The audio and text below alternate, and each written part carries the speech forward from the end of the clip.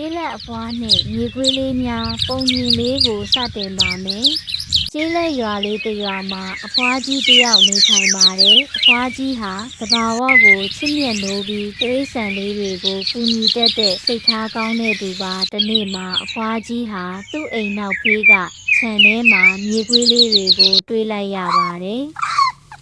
မြေခွေးလေးတွေဟာအနာတရဖြစ်နေပြီးအားနည်းနေတာကိုအဖွားကြီးကသတိထားမိပါတယ်။သူမဟာမြေခွေးလေးတွေကိုအိမ်ထဲခေါ်သွားပြီးအနာကိုတန့်စင်ပေးကဆေးလိမ်းပေးပါတယ်။မြေခွေးလေးတွေဟာအဖွားကြီးရဲ့ကျင်နာမှုကိုခံစားရပြီးသူမနဲ့ရင်းနှီးသွားပါတယ်။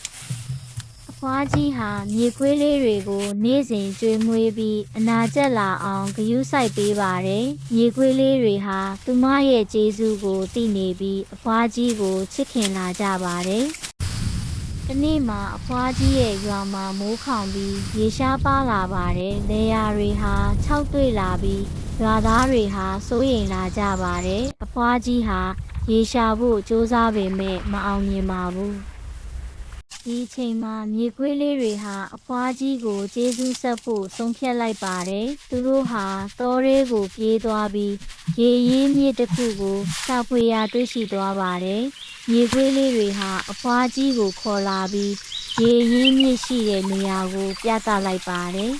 ။အဖွားကြီးဟာမြေခွေးလေးတွေရဲ့ကျေးဇူးကိုသိပြီးရွာသားတွေကိုရေရှာတွေ့ကြောင်းပြောပြလိုက်ပါတယ်။ရွာသားတွေဟာမြေခွေးလေးတွေကိုကျေးဇူးတင်ကြပြီးအဖွားကြီးရဲ့ကျင်နာသနာဂီစိုက်တဲ့စိတ်ကိုချီးကျူးကြပါတယ်။